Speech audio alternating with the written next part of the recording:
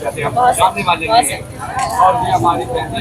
वालेकुम नाजरीन, मैं हूं आपका मेज़बान कामिल अब्बास और आप देख रहे हैं मेरे YouTube channel Pakistan news pulse. हमारे साथ इस वक्त इमरान खान की एक शेरनी खड़ी हैं, आइए उनसे गुफ्तगू करते हैं। हम इस वक्त डोक कला खान में मौजूद हैं। अस्सलाम वालेकुम मैम। वालेकुम सलाम। जी मैम, क्या हाल है? अल्हम्दुलिल्लाह मैं ठीक हूँ। मैम, आप देख रहे हैं किस तरह बदतरीन शेलिंग हो रही है, लोगों के साथ जुल्म हो रहा है, बर्बरियत की इंतहा हो रही है, लेकिन फिर भी खान का सपोर्टर डटा हुआ है। ना वो खुद झुके हैं, ना उनका सपोर्टर झुक रहा है। आपको क्या लगता है कि इस बार आप डी चौक पहुंच जाएंगे? हम देख नहीं रहे, हम सह रहे हैं और हमारी आंखें आपको सारी सूरत हाल बयां कर रही होगी। मुझे ये समझ नहीं आता कि क्या हम दहशतगर्द हैं, क्या हम किसी और मुल्क से आए हैं, इंडिया से आए हैं, या हम कोई इसराइल की फौज है यहाँ पर आई है जिनके साथ ये सलूक किया जा रहा है। मेरा आइन और कानून मुझे ये हक देता है कि मैं आऊँ और एहतजाज करूँ, जो मेरे वर्ड्स हैं मैं उसको बोलूँ, मैं स्पीक करूँ, मैं बोलूँ उसके बारे में।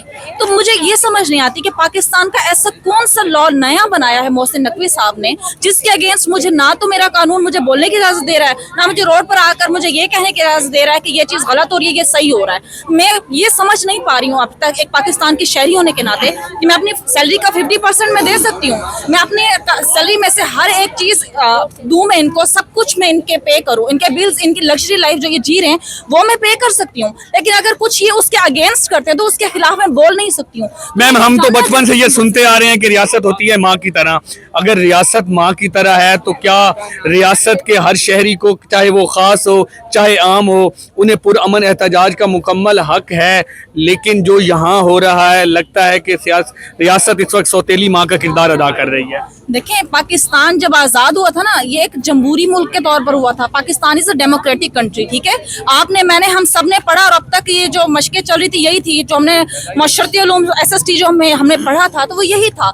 डेमोक्रेटिक कंट्री है, जमहूरी कंट्री है, हर बंदे का इंडिविजुअल राइट है कि वो बोल सकता है। तो मुझे ये समझ नहीं आती कि उस इंडिविजुअल राइट को जब हम इस्तेमाल करते हुए रोड पर आकर ये कहते हैं कि ये चीज़ें आपने गलत की हैं, आपको ये नहीं करना चाहिए, तो आप उसके अगेंस्ट आप शेलिंग करते हैं, रबर बुलेट्स मारते हैं, आप लाठी चार्ज करते हैं। शेलिंग करके आपने ये भी नहीं देखा कि औरतें और बच्चे हैं। आपको ये भी भूल गया है तमीज इखलाक, और ये भूल गया है कि औरतों और बच्चों के ऊपर शेलिंग नहीं करनी चाहिए आपको। हमने ऐसा क्या किया? मुझे आप जितना क्राउड है, आप मुझे देखकर बताएं, किसी के हाथ में आपको कुछ ऐसा दिख रहा है?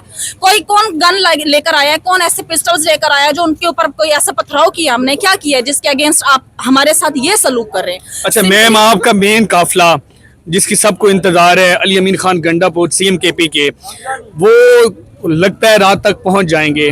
मैम ये बताइएगा, इस बार ये धरना या जुलूस मसलियत का शिकार हो के बाकी धरनों की तरह ख़त्म तो नहीं हो जाएगा, या इस बार मुकम्मल तौर पे जो बानी चेयरमैन के मुतालबात हैं वो मनवाए जाएंगे और इसको तूल दी जाएगी?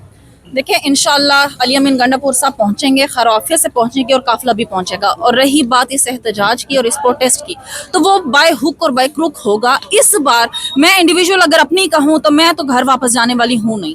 मैं फीमेल हूँ, मैं तो घर बोल कर आई हूँ कि मैंने तो वापस नहीं जाना। और बाकी भी सब आप देख लें, किसी का मोरल आपको डाउन नहीं लग रहा होगा। इस बार हम सोच कर आए हैं, या तो फिर अब मरेंगे या फिर मारेंगे। आई एम सॉरी कि मैं ये वर्ड्स कह रही हूँ, लेकिन इसके अलावा हमारे पास सिचुएशन नहीं है ना। अच्छा, खान साहब के 3 मुतालबात हैं। एक, चोरीशुदा मैंडेट फॉर्म 47 वाला वो वापस किया जाए। खान साहब की अपनी नाहक गिरफ्तारी है वो रिहाई में बदली जाए, और जितने भी कारकुनान जो 9 मई के वाकयात के बाद बेगुनाह हैं उनको रिहा किया जाए। अब मैम सवाल ये है कि ये तीनों काम एग्जेक्टिव यानी प्राइम मिनिस्टर के अंडर नहीं आते। केसेस तो अदालतों में चल रहे हैं। अगर मैंडेट की वापसी होनी है या अदालतों से होनी है या फिर इलेक्शन कमीशन ऑफ पाकिस्तान से, तो फिर किस तरह आप अपने मुतालबात मनवाएंगी? आई एम सॉरी टू से, बहुत अनफॉर्चुनेट सिचुएशन है। मैं ओपनली बोलूँगी, मुझे पता है कि इसके बाद क्या होगा, तो मैं उसको टॉलरेट कर सकती हूँ, तो मैं ओपनली बोलूँगी। ना तो ये अदालतें करेंगी, ना तो ये आपका प्राइम मिनिस्टर करेगा, क्योंकि उस बेचारे की बर्थ है नहीं। जो डिग्गी में जाता है उसकी क्या बर्थ होगी, ठीक है। ना ही बाकी कोई करेगा। अदालतें भी बेचारी बेबस हो गई हैं। वैसे तो 12 बजे रात को भी खुल जाती हैं। जिसने करना है वो आपको भी पता है, मुझे भी पता है। हिडन कहूँ या ओपनली कहूँ, we all know very well, ठीक है। हम वेल इन्फॉर्म्ड हैं नाउ।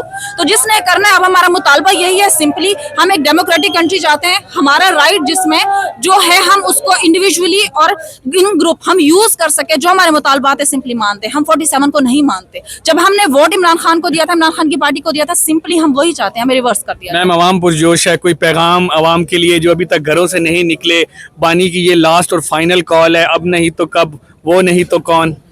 सबके लिए सिर्फ एक पैगाम है, दिल से पैगाम है। सब लोग ये कहते हैं, मैं खातून हूँ और मैंने बहुत लोगों को ये देखा है, ट्रोल होते देखा है, और ये मैं दिल से कह रही हूँ, खुदारा प्लीज अब नहीं तो कभी नहीं। बहुत सी खवातीन, बहुत से लोग आपको डिग्रेड करते हैं, आपकी जो मॉरल वैल्यूज है उस पर हिट करते हैं, बात करते हैं कि औरत होकर चली गई। ये आपकी नस्लों का सवाल है, ये लास्ट है। अगर अब नहीं तो कभी नहीं। आजादी ये नहीं है कि आप अपने घर में अपनी मर्जी का खाना पकाकर खा लेते हैं, दैट्स इट। नो, आजादी ये है कि आप खुली फिजा में अपनी मर्जी से सांस ले सकें। जिसके लिए मैं निकली हूँ कि मैं अपनी मर्जी से जी सकूं, मैं कह सकूं ये मेरा मुल्क है, मैं अपनी मर्जी से अपने जहां चाहे ट्रैवल करूं, जो चाहे करूं, ये मेरा मुल्क है। इसे आजादी कहते हैं, इसे आजादी राय कहते हैं कि मैं बता सकूं कि ये मेरे मुल्क में जो हो रहा है वो गलत है। अनफॉर्चुनेटली वो नहीं है। इमरान खान जो कि इस वक्त कैद है, मेरे ख्याल में एक वही बंदा है जो आजाद है, बाकी ये जो 25 करोड़ आपके पीछे ये एक भाई खड़े हैं, उनके नाक पे चोट भी आई है, देख रहे हैं खून भी लगा हुआ है, उनके हाथ में रबड़ बुलेट्स और वो जो कारतूस है, इसके बारे में क्या कहना चाहेंगे? ये अवाम के साथ जुल्म की आखिरी हद नहीं है? उनके पास नहीं, मेरे पास भी है। ये देखिए, ये शेल लगे हैं, उनकी नाक पे लगा है और एक खातून के फेस पे भी लगा है, सिमाबिया ताहिर के फेस पे भी शेल आकर लगा है। जख्मी हुए हैं हम लोग, लेकिन हमारे जज्बे ना पहले कम थे, ना अब कम है, ना ही कम होंगे। अब नहीं तो कभी नहीं। अब बस ये लास्ट है, या तो फिर आप हमारी मानेंगे तो या फिर हम यहीं ढेर होकर जाएंगे। अब घर नहीं जाना है हमें। अवाम को मोबिलाइज करने के लिए कोई एक नारा। खान तेरी इंशाल्लाह। बहुत शुक्रिया मैम। भाई ये आपके साथ क्या हुआ है? यार बस हम तो अपनी आज़ादी के लिए हैं। हम तो कोशिश करेंगे, हम फ़लस्तीन को आज़ाद करेंगे, कश्मीर को आज़ाद करेंगे, लेकिन हम अभी खुद अपने लिए आज़ादी के निकल रहे हैं। ये क्या, ये जो हम पे शेलिंग मारे। अच्छा, आपको शेल लगा है, आप जख्मी भी हुए हैं, फिर भी आपके इरादे मुतज़लज़ल नहीं हुए, आप फिर भी डट के खड़े हुए हैं। इंशाल्लाह, मैं पठान हूँ, पठान हमेशा फ्रंट लाइन पे होता है।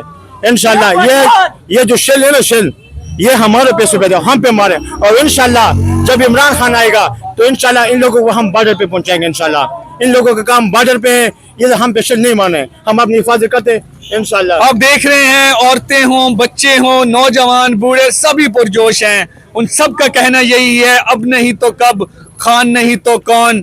अपने मेजबान कामिल अब्बास को इजाजत देखिए। मोर अपडेट्स वीडियो के लिए मेरे चैनल को लाइक करें, सब्सक्राइब करें।